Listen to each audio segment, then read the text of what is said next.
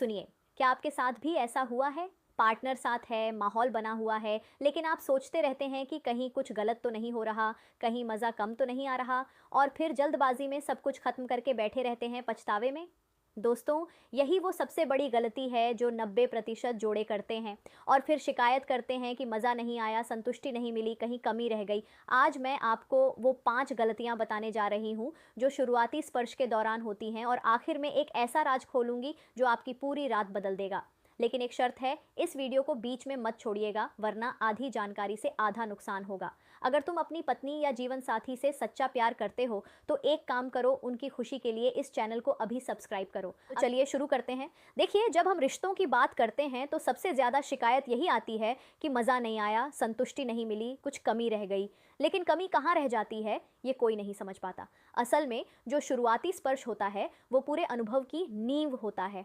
अगर नींव ही कमज़ोर हो तो इमारत कैसे मजबूत होगी? यही वजह है कि आज मैं आपको वो 5 गलतियां बताऊंगी जो लोग शुरुआती स्पर्श के दौरान करते हैं और जिनकी वजह से पूरा मज़ा किरकिरा हो जाता है। यकीन मानिए, यह जानकारी सिर्फ जिज्ञासा नहीं बल्कि एक बेहतर साथी बनने की पहली सीढ़ी है। जब तक आप यह नहीं समझेंगे कि क्या गलत हो रहा है, तब तक आप उसे सुधार नहीं सकते। सबसे पहली और सबसे बड़ी गलती है जल्दबाजी। लोग सोचते हैं कि शुरुआती स्पर्श को जल्दी से निपटा लें, फिर मुख्य काम पर आ जाएं, लेकिन यही सबसे बड़ी भूल है। भारत में औसतन शुरुआती स्पर्श का समय सिर्फ 5 से 10 मिनट होता है, जबकि यह कम से कम 15 से 20 मिनट होना चाहिए। क्यों? क्योंकि महिला और पुरुष के शरीर में फर्क होता है। पुरुष शारीरिक रूप से जल्दी तैयार हो जाते हैं, लेकिन महिलाओं को समय लगता है।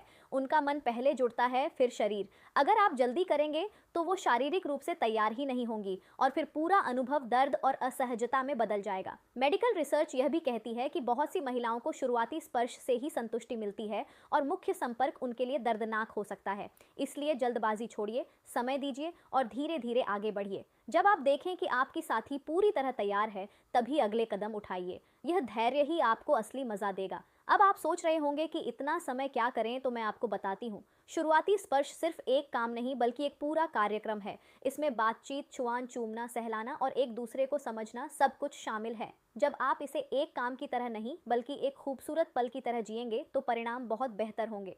दूसरी बड़ी गलती यह सोचना कि शुरुआती स्पर्श सिर्फ निचले हिस्से पर होना चाहिए। नहीं दोस्तों, आपके शरीर का हर हिस्सा, हर कोशिका, हर तंतु इस अनुभव का हिस्सा है। सिर के बाल से लेकर पांव के तलवे तक हर जगह स्पर्श महसूस होता है। गुदगुदी करना, हल्के से धक्का देना, पीठ पर मालिश करना, गर्दन को चूमना, कान के पास फुसफुसाना, यह सब शुरुआती स्पर्श का हिस्सा है।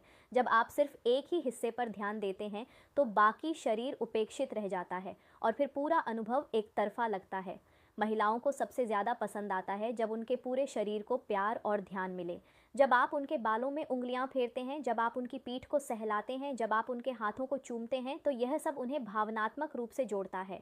और जब भावनात्मक जुड़ाव मजबूत होता है तो शारीरिक अनुभव भी बहुत बेहतर होता है। इसीलिए कभी भी सिर्फ एक ही हिस्से पर ध्यान न दें, पूरे शरीर को समय दें, हर हिस्से को महसूस करें और देखिए कि कैसे पूरा माहौल बदल जाता है। यहाँ पर एक बात और समझिए, शुरुआती स्पर्श में आंखों की भाषा भी बहुत मायने रखती है। जब आप अपने साथी की आंखों में देखते हैं तो एक अलग ही गहराई का संबंध बनता है। वो आंखें आपकी भावनाओं को पढ़ती हैं और आप उनकी। यह आंखों का संवाद शब्दों से कहीं ज़्यादा शक्तिशाली होता है, इसलिए हमेशा आंखों में आंखें डालकर देखें। यह छोटी सी चीज़ पूरे अनुभव को बदल सकती है। तीसरी बड़ी गलती है चुप रहना। बहुत से लोग सोचते हैं कि इस दौरान बातचीत नहीं होनी चाहिए, सिर्फ चुपचाप काम करना चाहिए, लेकिन ये सबसे बड़ी गलती है। संवाद दोनों तरफ से होना चाहिए। आपको बताना चाहिए कि आपको क्या अच्छा लग रहा है, क्या नहीं अच्छा लग रहा, क्या आगे होना चाहिए, क्या रुकना चाहिए, किस तरीके से आपको पसंद है। ये सब शुरुआती स्पर्श का हिस्सा है। जब आप खुलकर बात करते हैं तो आपका साथी भी समझ पाता है कि आप क्या चाहते हैं और फिर वो उसी हिसाब से काम करता है। चुप रहने से अनुमान लगाने की कोशिश होती है और अनुमान अक्सर गलत होते हैं। इसीलिए हमेशा बात करें, हमेशा संवाद बनाए रखें। ये संवाद सिर्फ शब्दों का नहीं बल्कि सांसों का, स्पर्श का और आंखों का भी होता है। जब आप अपने साथी की सांसों की गति को महसूस करते हैं, जब आप उनके शरीर की हरकतों को पढ़ते हैं, तो आपको पता चल जाता है कि वो किस मोड पर हैं। यह बिना शब्दों का संवाद बहुत शक्तिशाली होता है। और एक बात और, ये सब कभी योजना बनाकर नहीं होना चाहिए। ये सब प्राकृतिक रूप से निकलना चाहिए। जब आप योजना बनाकर काम करते हैं तो वो मशीनी लगता है, लेकिन जब सब कुछ प्राकृतिक रूप से होता है तो वो खूबसूरत लगता है। और यही वो अनुभव है जो आपकी ज़िंदगी का सबसे बेहतरीन अनुभव बन जाता है। लेकिन यहाँ एक बात समझना ज़रूरी है कि संवाद का मतलब सिर्फ अपनी बात कहना नहीं बल्कि साथी की बात सुनना भी है। जब आप उनकी बात ध्यान से सुनते हैं, उनकी ज़रूरतों को समझते हैं, तो वो आपके प्रति और ज़्यादा जुड़ जाते हैं। ये सुनना ही असली संवाद है। चौथी बड़ी गलती है गलत जानकारी से प्रेरित होना। आजकल इंटरनेट पर बहुत कुछ मिलता है, लेकिन वो सब असल नहीं होता। जो भी आप उन वीडियोस में देखते हैं वो अक्सर अतिशयोक्ति होती है। उसमें जिस तरह का आक्रामकपन दिखाया जाता है, लगातार स्थिति बदलना, बहुत लंबा समय तक टिके रहना, यह सब असल जिंदगी में नहीं होता। यह सिर्फ कल्पना है, और कल्पना को असल समझ लेना सबसे बड़ी गलती है। जब लोग यह सब देखकर असल में उतरते हैं तो उन्हें निराशा होती है। वो सोचते हैं कि उनमें कमी है, उनका साथी ठीक नहीं है, लेकिन असल में गलती उनकी सोच में होती है। असल ज़िंदगी में सब कुछ धीमा, प्यार भरा और भावनात्मक होता है। यहाँ कोई निर्देशक नहीं होता, कोई कट नहीं होता, कोई रीटेक नहीं होता। यहाँ सिर्फ आप और आपका साथी होते हैं और आपका प्यार होता है। इसीलिए कभी भी गलत जानकारी से प्रेरित न हो। हमेशा असलियत को समझें और अपने साथी की ज़रूरतों को पहचानें। जब आप असल ज़िंदगी में होते हैं तो हर चीज़ अलग होती है। वहाँ परफेक्शन नहीं बल्कि कनेक्शन मायने रखता है। वहाँ लंबा समय नहीं बल्कि गुणवत्ता मायने रखती है। वहाँ दिखावा नहीं बल्कि सच्चाई मायने रखती है। इसलिए हमेशा असल ज़िंदगी में रहें और अपने साथी के साथ असली पल बिताएं। पांचवी और सबसे बड़ी गलती है पुराने तरीकों से चिपके रहना। बहुत से लोग सोचते हैं कि जो तरीका हमेशा से चलता आ रहा है वही सही है, या फिर दोस्त ने कुछ बता दिया तो वही करना चाहिए। लेकिन नहीं दोस्तों, हर रिश्ता अलग होता है, हर साथी की पसंद अलग होती है। जो एक के लिए अच्छा है वो दूसरे के लिए बेकार हो सकता है। इसीलिए हमेशा नई चीज़ें आजमाना चाहिए। इतनी तकनीकें हैं, इतने तरीके हैं कि अगर आप पूरी ज़िंदगी भी सीखते रहें तो भी कुछ ना कुछ नया मिलता रहेगा। जब आप नई चीज़ें आजमाते हैं तो आपका साथी भी उत्साहित रहता है। वो यह जानता है कि आप उनके लिए मेहनत कर रहे हैं, आप उन्हें खुश रखना चाहते हैं, और यही भावनात्मक जुड़ाव पूरे रिश्ते को मजबूत बनाता है। लेकिन यहाँ एक बात समझना ज़रूरी है कि नई चीज़ें आजमाने का मतलब ज़बरदस्ती नहीं है। हमेशा अपने साथी की सहमति लें, हमेशा उनकी सहूलियत का ध्यान रखें। अगर वो किसी चीज़ से असहज महसूस करें तो तुरंत रुक जाएं। सहमति सबसे बड़ी चीज़ है और इसका सम्मान करना ही असली प्यार है। इसके अलावा जब आप नई चीज़ें आजमाते हैं तो हमेशा धीरे धीरे शुरुआत करें। अचानक कुछ भी न करें जिससे आपका साथी घबरा जाए। धीरे धीरे प्यार से और सम्मान के साथ आगे बढ़ें। यही सबसे बेहतर तरीका है। लेकिन एक बात का ध्यान रखिए, अगर आपको शुगर है, ब्लड प्रेशर है, थायराइड है, हार्ट की कोई समस्या है या कोई अन्य गंभीर बीमारी है, तो आज की यह जानकारी आपके लिए सिर्फ सामान्य ज्ञान के तौर पर है। अगर आपको किसी भी तरह की शारीरिक समस्या है तो कृपया पहले अपने चिकित्सक से सलाह लें। यह जानकारी सिर्फ उन लोगों के लिए है जो पूरी तरह स्वस्थ हैं और सिर्फ अपने रिश्ते को बेहतर बनाना चाहते हैं। अगर आपको किसी भी तरह का दर्द, जलन या असामान्य लक्षण महसूस होता है तो तुरंत डॉक्टर से संपर्क करें। स्वास्थ्य से बढ़कर कुछ नहीं। इसके अलावा अगर आपके साथी को कोई शारीरिक समस्या है, जैसे कि संक्रमण, असहजता या कोई अन्य मुद्दा, तो भी पहले विशेषज्ञ से मिलना ज़रूरी है। घरेलू नुस्खे अपनाने से पहले हमेशा सलाह लें। और हाँ, अगर आप किसी भी तरह की दवाई ले रहे हैं तो उसका असर भी इस अनुभव पर पड़ सकता है। कुछ दवाइयाँ शरीर की संवेदनशीलता को कम कर देती हैं, जिससे मज़ा कम आता है। ऐसे में अपने चिकित्सक से बात करें, वो आपको सही मार्गदर्शन देंगे। कभी भी दवाई बिना सलाह के न बंद करें और न ही कोई नई दवाई शुरू करें। समय रहते सही मार्गदर्शन लेना ही समझदारी है। और हाँ, अगर आपको लगता है कि आपके रिश्ते में कोई गंभीर समस्या है, जैसे कि लगातार झगड़े, भरोसे की कमी या कोई अन्य मुद्दा, तो किसी रिश्ते के विशेषज्ञ से मिलना ही बेहतर है। घरेलू नुस्खे या दोस्तों की सलाह से कभी कभी समस्या और बढ़ जाती है। समय रहते सही मार्गदर्शन लेना ही समझदारी है। और हाँ, बाजार में जो किताबें और कोर्स मिलते हैं इस विषय पर, उनसे भी सावधान रहें। कई उत्पाद नकली होते हैं और उनसे नुकसान हो सकता है। अगर आप कुछ भी पढ़ना या सीखना चाहते हैं तो सिर्फ प्रमाणित और विश्वसनीय स्रोतों से ही जानकारी लें। कभी भी अविश्वसनीय स्रोतों से न सीखें। नकली जानकारी से न केवल समय बर्बाद होगा बल्कि रिश्ते को नुकसान भी पहुंच सकता है। इसलिए सावधानी बरतें। अब आइए समझते हैं कि यह सब कैसे काम करता है। जब दो पार्टनर एक दूसरे के करीब आते हैं तो उनके शरीर में ऑक्सीटोसिन और डोपामाइन जैसे प्रेम हार्मोन रिलीज होते हैं। ये हार्मोन शरीर को आराम देते हैं, मन को शांत करते हैं और पूरे अनुभव को सुखद बनाते हैं। लेकिन यह सब तभी होता है जब दोनों मानसिक रूप से तैयार हों। अगर एक पार्टनर तनाव में है, चिंता में है या फिर जल्दबाजी में है तो ये हार्मोन ठीक से रिलीज नहीं होते और फिर पूरा अनुभव किरकिरा रह जाता है। इसलिए सबसे पहला काम है माहौल बनाना। कमरा साफ हो, हल्की सी सुगंध हो, मधुर संगीत हो और तापमान आरामदायक हो। जब महिला मानसिक रूप से तैयार होती है तो उसका शरीर भी उत्तेजना के लिए तैयार होता है। इसके बाद शुरुआत में कम से कम 15 से 20 मिनट तक केवल बाहरी स्पर्श पर ध्यान दें। भक्षेप क्षेत्र को धीरे धीरे सहलाएं, चूमें और मालिश करें। जब आप देखें कि आपका साथी पूरी तरह तैयार है तभी आगे बढ़ें, लेकिन ध्यान रखें जल्दबाजी में कभी भी अंदर न जाए। पहले बाहरी स्पर्श से पूरे शरीर को तैयार करें। जब भीतरी संपर्क हो तो धीमी गति से शुरुआत करें और घुमावदार गतियों का उपयोग करें।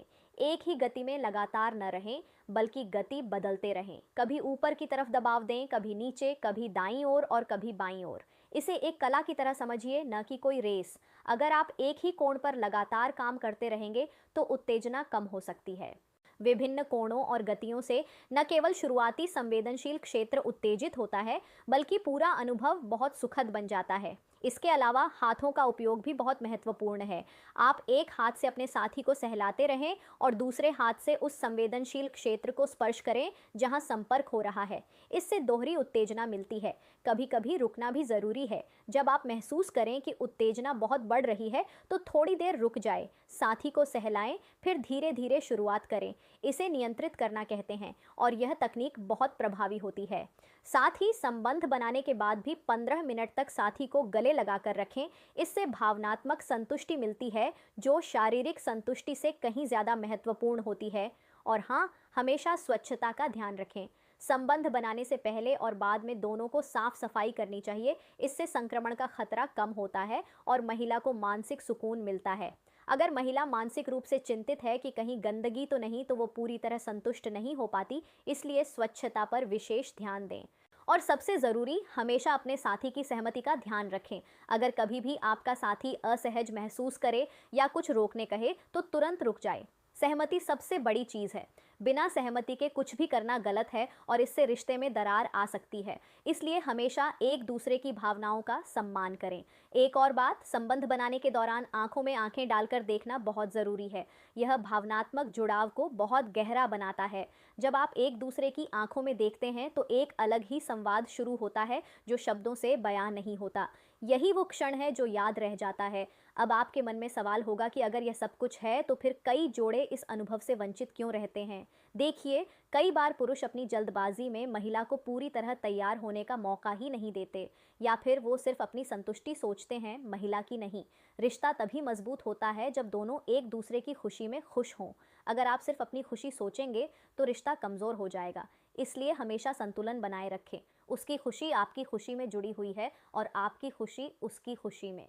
जब यह समझ आ जाती है तो रिश्ता अपने आप मजबूत हो जाता है। इसके अलावा अगर आपको लगता है कि आपके रिश्ते में कोई गंभीर समस्या है तो उनसे बात करें। शर्म या झिझक को दरकिनार रखें और खुले दिल से बातचीत करें।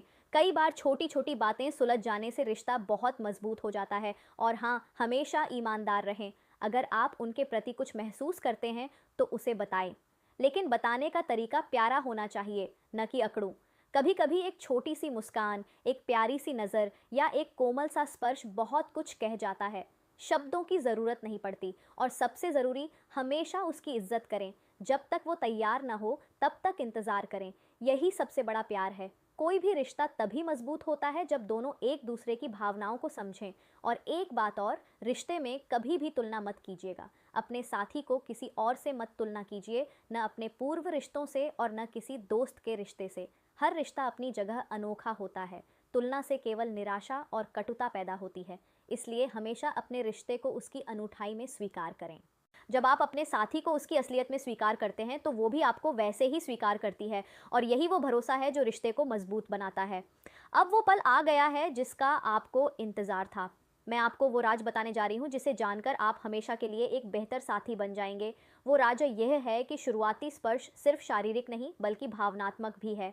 असली खुशी तभी मिलती है जब दिल और शरीर दोनों एक साथ चलें। आपको बस 3 बातें याद रखनी हैं। पहली, शुरुआत हमेशा धीमी होनी चाहिए। जल्दबाजी में कभी भी आगे न बढ़ें। पहले बाहरी स्पर्श से पूरे शरीर को तैयार करें, माहौल बनाएं और उसे महसूस करने दें कि आप उसके लिए मौजूद हैं। दूसरी, जब भीतरी संपर्क हो तो धीमी गति से शुरुआत करें, घुमावदार गतियों का उपयोग करें और विभिन्न कोणों पर काम करें। याद रखें, यह कोई रेस नहीं है, यह एक सफ़र है जिसका हर पल एंजॉय करना चाहिए। तीसरी और सबसे ज़रूरी बात, हमेशा अपने साथी की आंखों में देखें, उनसे बात करें, उनकी सांसों को महसूस करें और उन्हें बताएं कि आप उन्हें कितना चाहते हैं। यह भावनात्मक जुड़ाव शारीरिक संतुष्टि को कई गुना बढ़ा देता है। जब आप अपने साथी की आंखों में देखते हैं तो एक अलग ही गहराई का संबंध बनता है जो शब्दों में बयां नहीं किया जा सकता। यही वो क्षण है जो याद रह जाता है। और एक और बात, संबंध बनाने के बाद कम से कम 10 मिनट तक एक दूसरे के करीब रहें। गर्म पानी से तुरंत न स्नान करें क्योंकि इससे रक्त वाहिकाएं तुरंत सिकुड़ जाती हैं, बल्कि एक दूसरे को गले लगाएं, बातें करें और उस पल को जिए।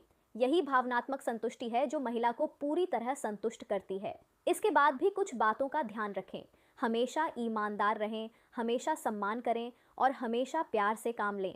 कोई भी रिश्ता तभी मजबूत होता है जब दोनों एक दूसरे की भावनाओं को समझें। और हाँ, अपने साथी की निजता का भी ख्याल रखें। जो बातें वो आपसे साझा करती है उन्हें कभी किसी और से न कहें। यह भरोसा सबसे बड़ी दौलत है। जब भरोसा टूटता है तो रिश्ता भी टूट जाता है, इसलिए हमेशा सावधान रहें। अब मैं आपको 2-3 बोनस टिप्स देती हूँ जो शायद मूल वीडियो में नहीं थी। पहली टिप ये है कि अगर आप चाहते हैं कि आपका रक्त प्रवाह बेहतर रहे और आपका शरीर पूरी तरह स्वस्थ रहे, तो रोजाना सुबह खाली पेट 1 गिलास गुनगुने पानी में आधा नींबू निचोड़कर पिएं। इसमें 1 चम्मच शहद मिला लें। यह पेय रक्त संचार को बेहतर बनाता है और पूरे शरीर में ऊर्जा लाता है। दूसरी टिप, रोजाना 25 से 30 मिनट तक नियमित व्यायाम करें। विशेष रूप से उन व्यायामों पर ध्यान दें जिनमें पेल्विक क्षेत्र की मांसपेशियां मजबूत हों। स्क्वाट्स, ब्रिज व्यायाम और पेल्विक फ्लोर व्यायाम बहुत फायदेमंद होते हैं। तीसरी टिप, अपने आहार में अश्वगंधा, शतावर, सफ़ेद मूसली और लहसुन को शामिल करें।